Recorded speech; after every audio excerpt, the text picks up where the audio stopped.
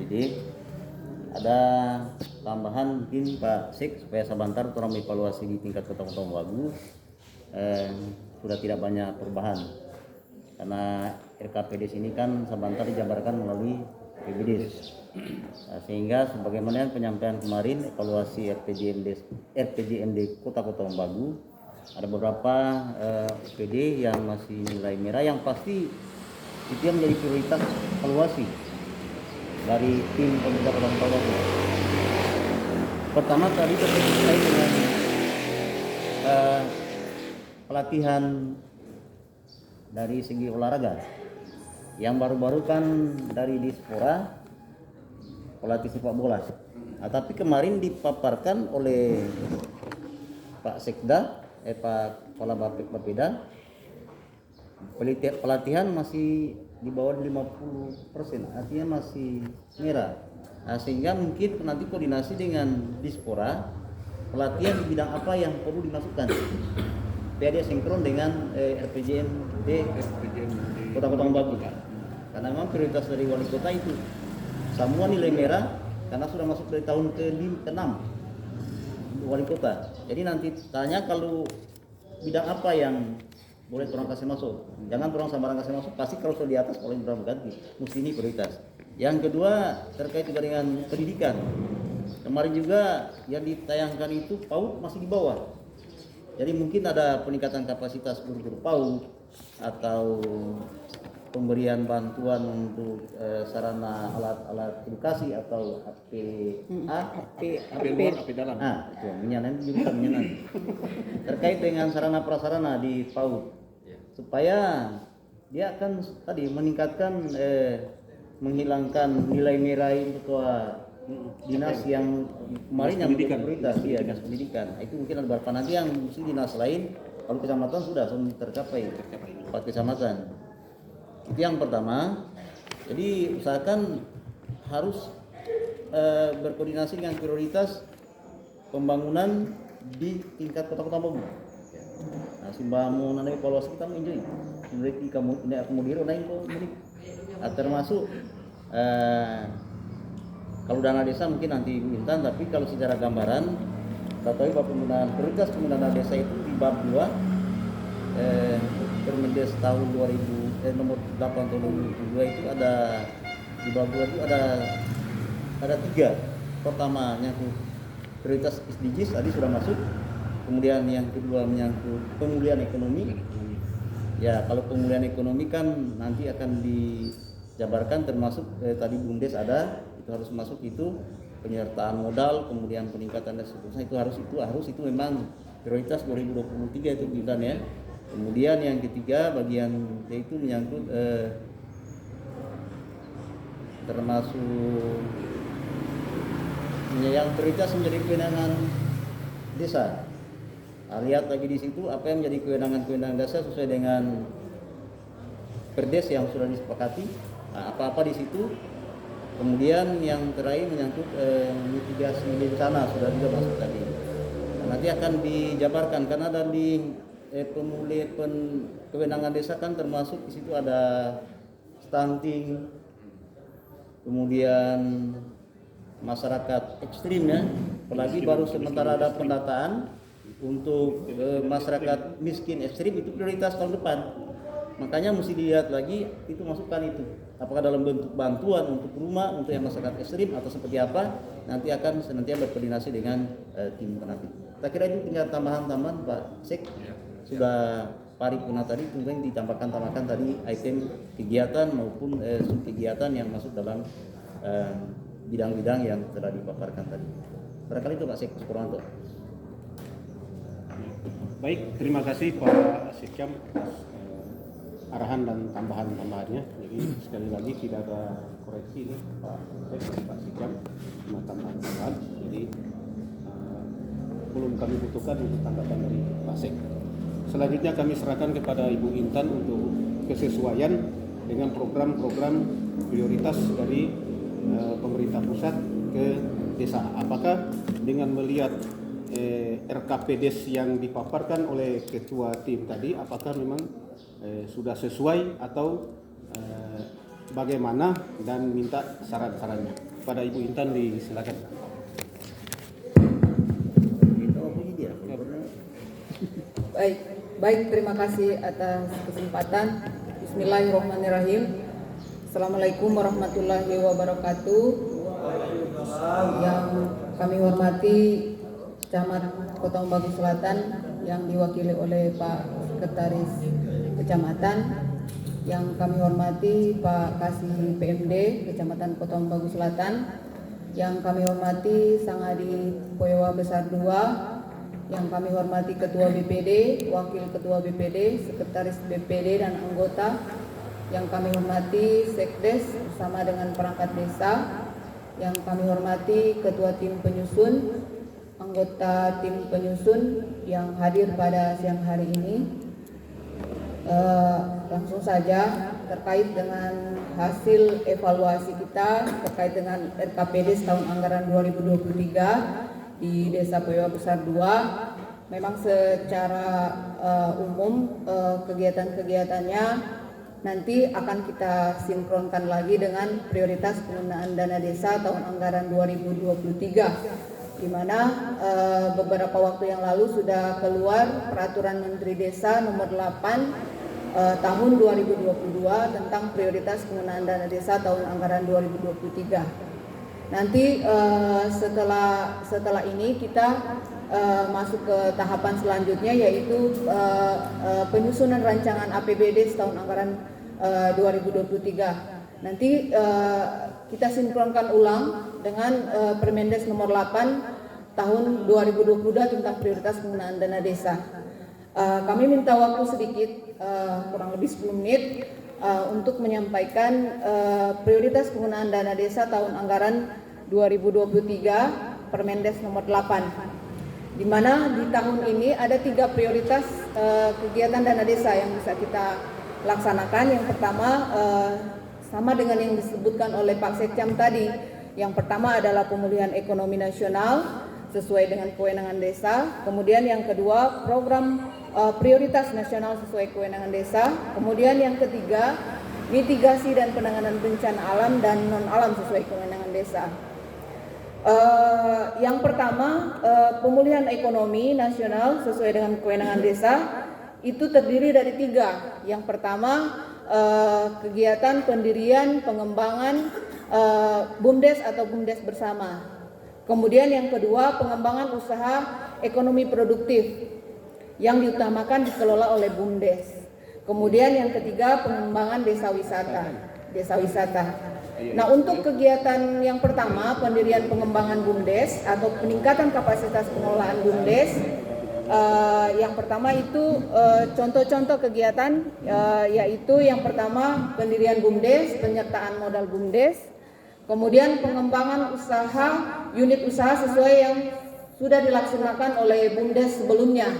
Nah, contoh-contoh yang ada di Permendes itu unit-unit usahanya itu kurang lebih adalah contohnya pengelolaan hutan desa, kalau ada pengelolaan hutan adat, kalau ada pengelolaan air minum, pengembangan produk pertanian, perkebunan atau perikanan kalau ada.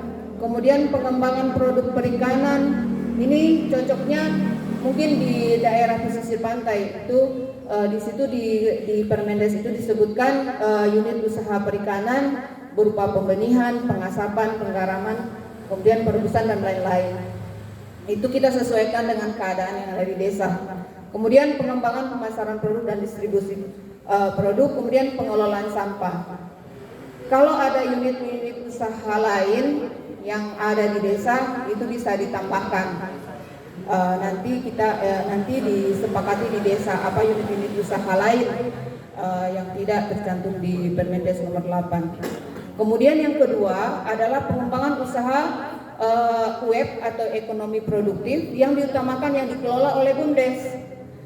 Nah, yang dikelola oleh BUMDes ini contohnya untuk kegiatan bidang pertanian, perkebunan, peternakan atau perikanan, atau juga bidang jasa, usaha industri kecil atau industri rumahan, kemudian bidang sarana prasarana untuk pemasaran produk, kemudian pemanfaatan potensi wilayah hutan, kemudian pemanfaatan teknologi tepat guna. Kemudian yang ketiga, pengembangan usaha wisata. Nah, pengembangan usaha wisata ini contoh-contoh kegiatannya yaitu pengadaan, pembangunan, pemanfaatan dan pemeliharaan sarana prasarana desa wisata. Misalnya pembuatan gazebo, pondok wisata, homestay atau rumah tinggal sementara, atau pembuatan kios cenderamata di desa kalau ada. Kemudian prioritas untuk pengembangan desa wisata bisa juga promosi desa wisata diutamakan melalui gelar budaya dan berbasis digital. Kemudian yang ketiga, pengelolaan pelatihan pengolahan desa wisata, kemudian pengembangan investasi desa wisata, kemudian pengembangan kerjasama antar desa wisata, kemudian pengembangan desa wisata sesuai dengan kewenangan desa. Jadi kalau ada usulan-usulan yang ada di pencermatan RKPDes, kita sesuaikan dengan prioritas penggunaan dana desa tahun anggaran 2023. Selanjutnya, untuk penggunaan dana desa untuk program prioritas nasional sesuai dengan kewenangan desa, itu ada 9 prioritas. Yang pertama, itu perbaikan dan konsolidasi data SDGs dan pendataan perkembangan desa melalui indeks desa membangun. Nah, perlu kami sampaikan bahwa di akhir tahun 2021 itu kita sudah melakukan pendataan SDGs secara manual. Yang menjadi hambatan kita pada saat ini, data SDGs yang sudah didata secara manual itu belum terinput 100%. Nah, jadi hambatan kita pada saat evaluasi rancangan APBDes di kabupaten nanti, tim evaluasi itu akan meminta data penginputan SDGs yang sudah dianggarkan di tahun 2021. Itu yang jadi hambatan kita. Jadi kalau bisa di rancangan APBDes tetap kita masukkan itu biaya pemutahiran ulang. Akan tetapi di saat evaluasi nanti desa bisa menyampaikan hasil penginputan, memaparkan hasil inputan seberapa persen hasil inputan, agar supaya kita bisa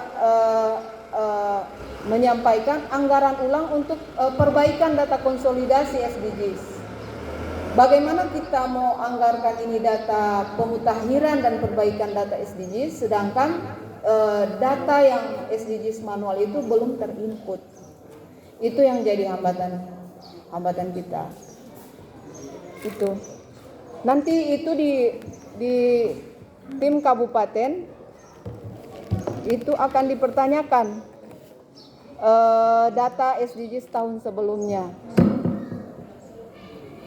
Itu. Untuk perbaikan konsolidasi data SDGs ini memang menjadi prioritas penggunaan dana desa tahun anggaran 2008 nomor 8 tahun anggaran 2023. Karena di Permendes nomor 21 itu di tahun 2020 data SDGs itu memang sudah dipersiapkan sejak tahun 2020 agar supaya prioritas SDGs di tahun 2030 itu bisa terlaksana. Itu dulu untuk perbaikan dan data SDGs. Torang hambatan ini data SDGs ini belum terinput, Pak Kasih, sampai sekarang. Jadi pada saat evaluasi nanti kita akan diperhadapkan dengan data SDGs oleh tim evaluasi. Kalau untuk dashboard, memang di tahun 2021 itu memang ada hambatan. Tapi sekarang sudah bisa diakses. Sekarang sudah bisa diakses melalui website Kementerian Desa. Jadi kalau ada kesempatan, torang minta di input pelang-pelang itu data manual. Karena sebenarnya kalau data SDGs ini sudah terinput, data kemiskinan ekstrim desa itu kita bisa akses. Nanti itu data kemiskinan ekstrim itu nanti orang akan sinkronkan dengan data DTKS. Data DTKS itu DP inti. Kemudian prioritas yang kedua adalah ketahanan pangan nabati dan hewani. Memang di prioritas penggunaan dana desa nomor 8 itu belum disebutkan berapa DP persentase. Tapi di Perpres nomor 104 tentang APBN 2022 tahun anggaran 2022 memang itu disebutkan DP berapa persentase untuk ketahanan pangan 20%, Covid 8%, BLT 40%. Tapi sampai dengan saat ini belum ada Perpres yang memuat tentang penggunaan APBN 2023. Masih dalam rancangan ini APBN.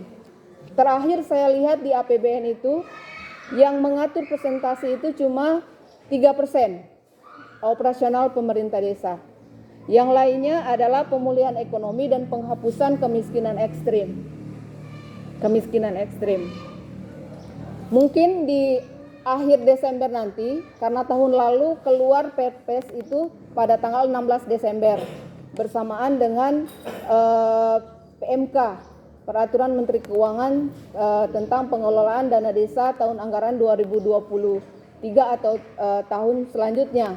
Nanti kita tunggu lagi Perpres tentang APBN 2023, kemudian PMK yang mengatur tentang pengelolaan keuangan desa di bulan Desember nanti. Itu nanti kita akan sesuaikan dengan PMK dan Perpres. Tapi untuk sementara di Permendes nomor 8 ini tidak disebutkan ketahanan pangan itu berapa. Tapi saran saya alokasikan dulu sementara 20%. Nanti pada saat evaluasi kita menyesuaikan dengan PMK dan Perpres tentang APBN tahun 2023. Itu. Untuk contoh-contoh kegiatan pangan nabati dan hewani ini ada 3, yaitu pengembangan usaha pertanian, perkebunan, perikanan, dan peternakan. Contoh kegiatannya, kalau tahun lalu kita tidak ada acuan dalam menyusun ketahanan pangan. Memang di Kementerian Desa tidak ada acuan. Tapi di tahun ini, di bulan Juli sudah keluar SK Menteri Desa terkait dengan kegiatan ketahanan pangan. SK Menteri Desa nomor 82. Dan juga itu juga disebutkan di Permendes nomor 8. Saya bacakan yang pertama, contoh kegiatan ketahanan pangan, pengadaan bibit atau benih, pemanfaatan lahan untuk kebun bibit atau benih, pengembangan pakan ternak alternatif, pelatihan budidaya pertanian, perkebunan perikanan, pengembangan sentra perikanan, pembukaan lahan pertanian, pembangunan dan normalisasi jaringan irigasi, pembangunan jalan usaha tani, kemudian pembangunan kolam, pembangunan kandang komunal, pengadaan alat produksi pertanian, berarti alat saprodi, kemudian pengembangan alat produksi pertanian, perkebunan, perhutanan, dan perikanan.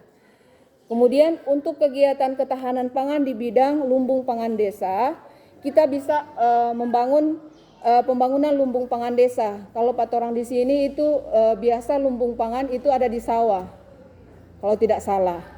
Kemudian bisa juga untuk lumbung pangan desa untuk ketahanan pangan, pembangunan dan pemeliharaan infrastruktur pendukung lumbung pangan berupa akses jalan, tembok penahan tanah, dan jaringan air. Jadi kegiatan sarana prasarana yang mendukung untuk ketahanan pangan, contohnya adalah jalan, jaringan irigasi, tembok penahan tanah, bor di sawah, bukan di rumah penduduk. Kemudian pembangunan sarana prasarana produk pangan. Kemudian pengolahan pasca panen, pengembangan pertanian keluarga, baik secara hidroponik boleh. Kemudian pengembangan jaringan pemasaran produk, pengembangan usaha unit usaha BUMDes. Kemudian penguatan ketahanan pangan lainnya sesuai dengan kewenangan desa. Nah, ini yang terakhir ini, penguatan ketahanan pangan sesuai kewenangan desa. Memang di situ disebutkan sesuai dengan kewenangan desa. Tapi perlu orang perhatikan, jangan sampai sama dengan tahun lalu. Keluar ketahanan pangan, pengadaan bibit coklat, pengadaan bibit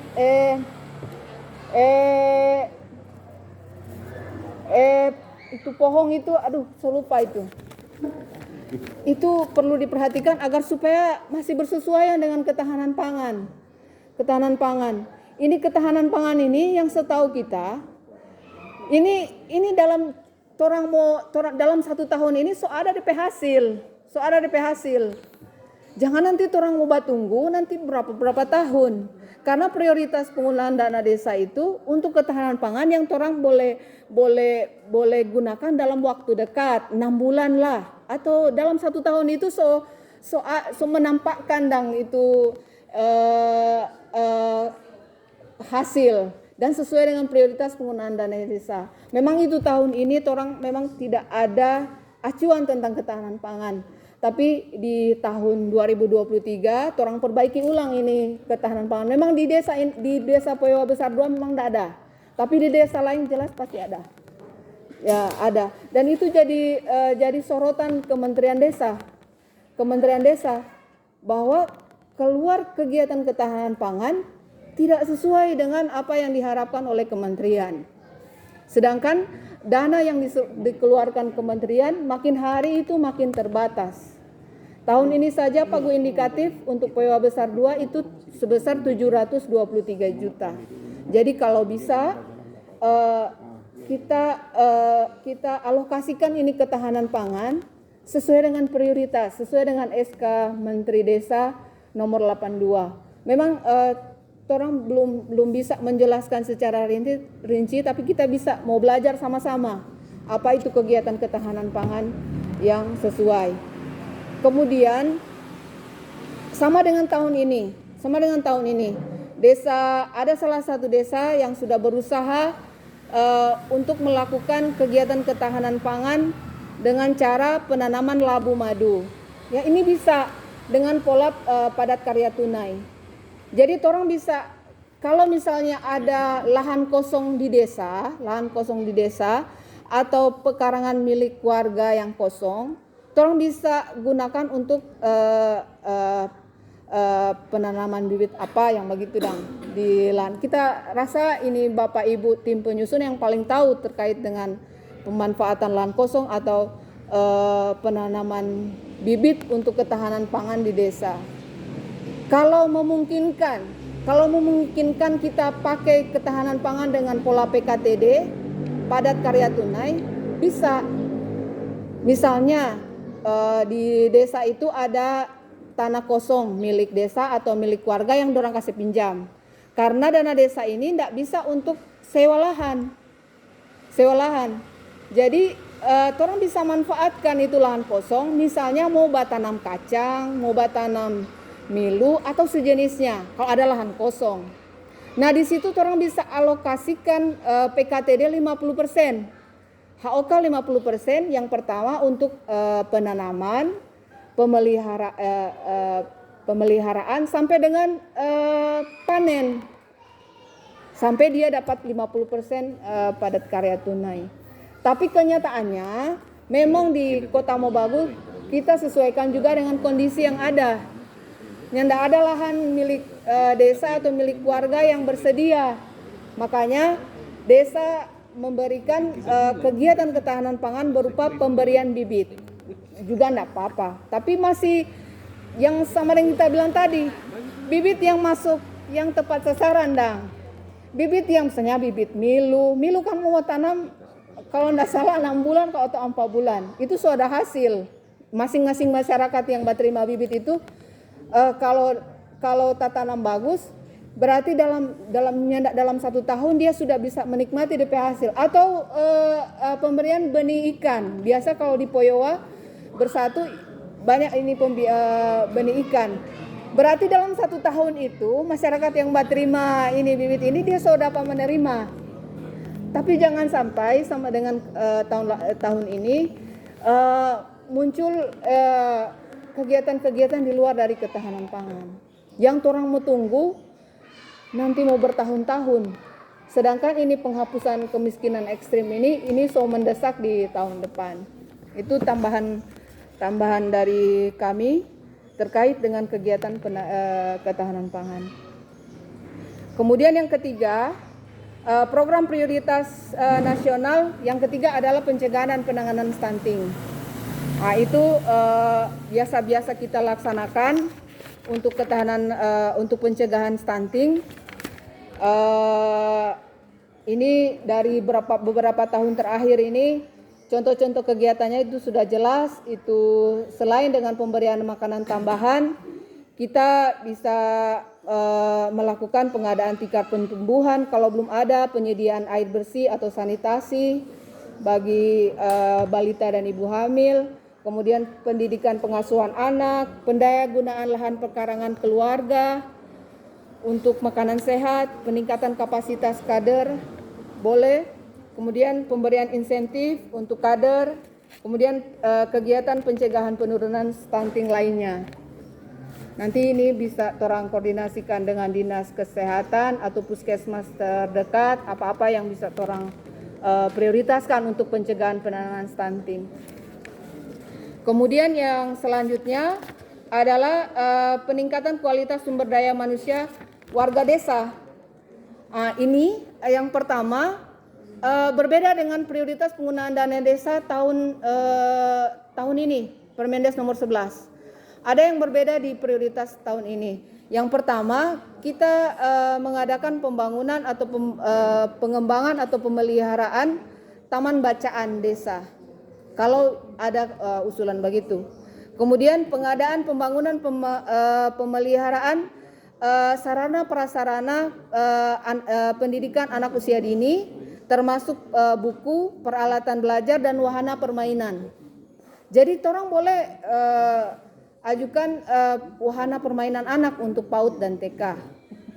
Kemudian pembangunan pemeliharaan sarana prasarana taman belajar keagamaan.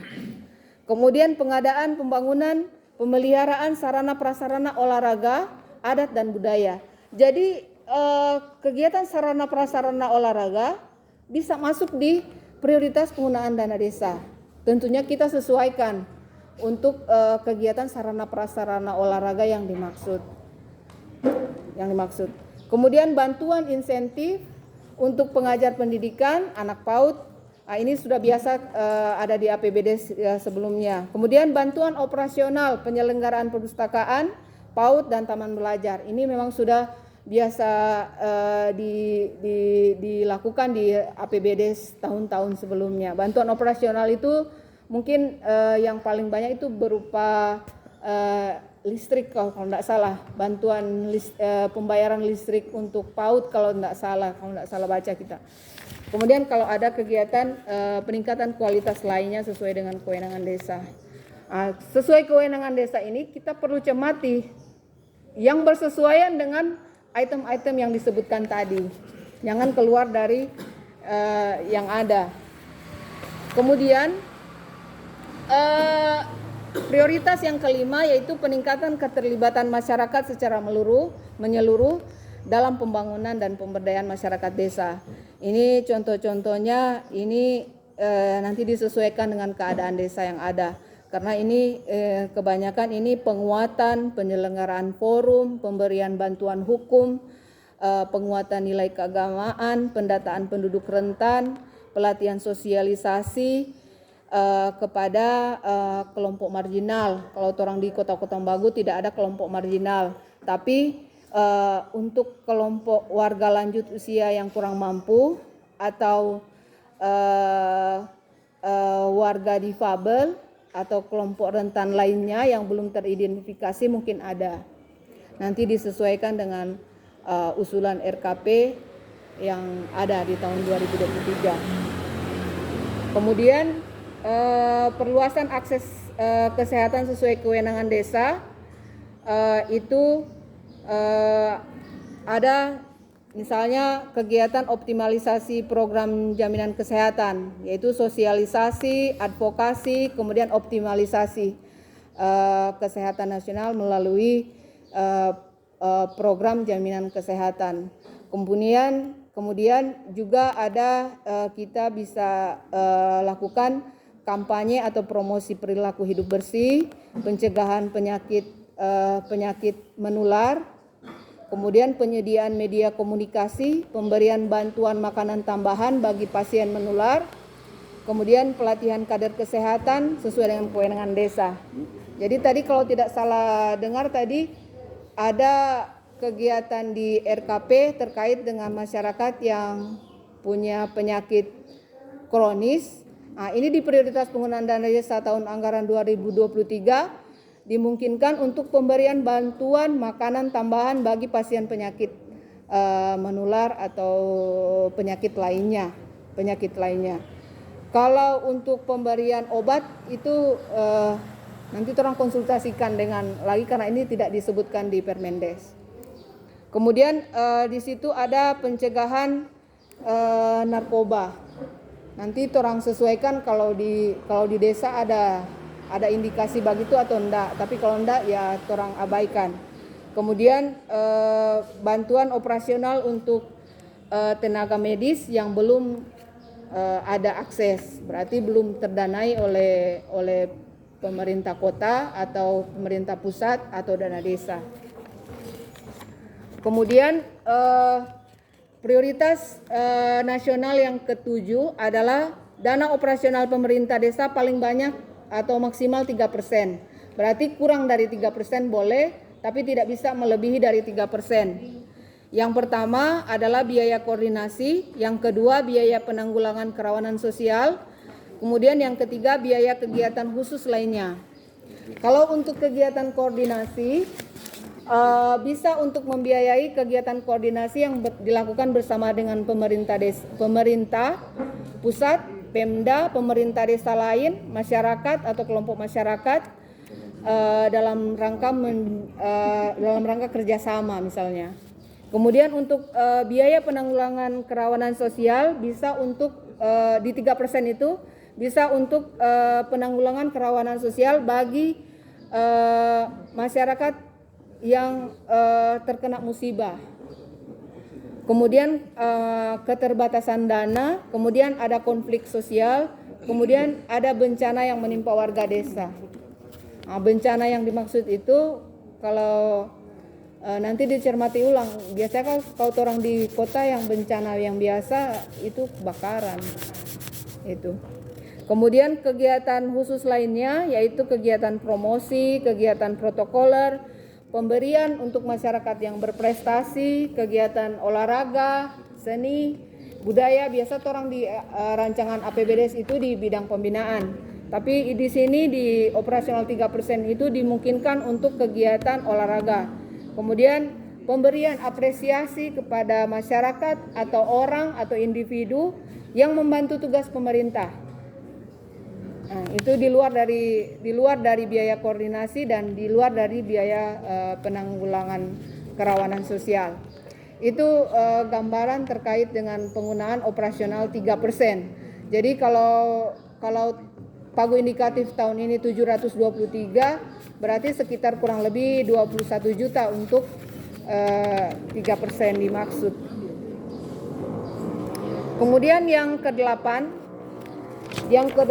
itu penanggulangan kemiskinan ekstrim. Penanggulangan kemiskinan ekstrim itu yang pertama BLT, penurunan beban pengeluaran, pemberian bantuan sosial atau jaminan kesehatan.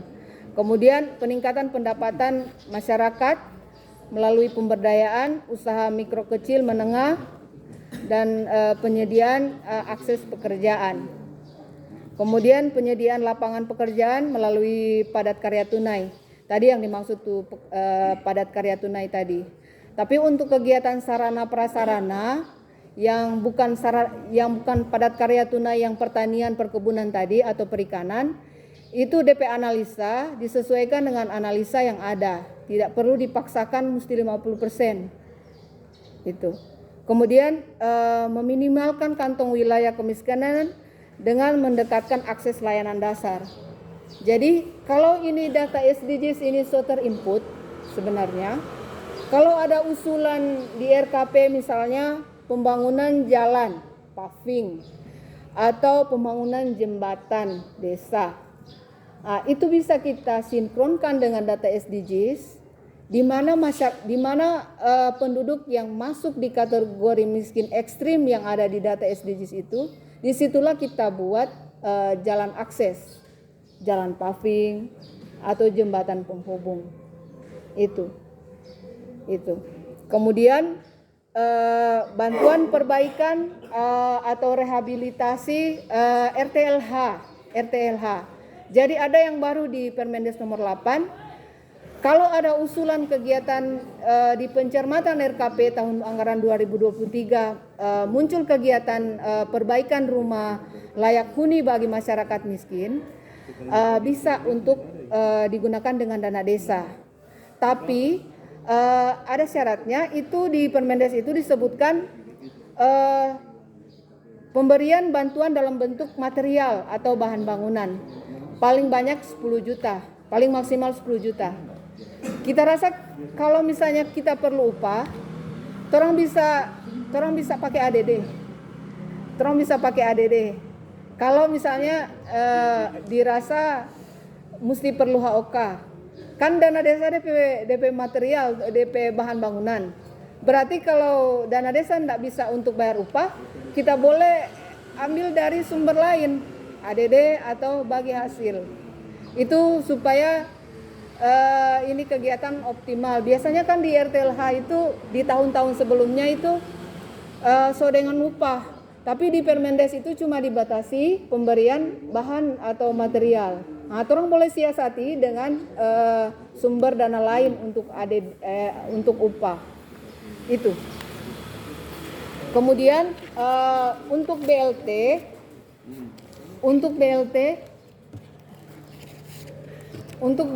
di Permendes di yang terakhir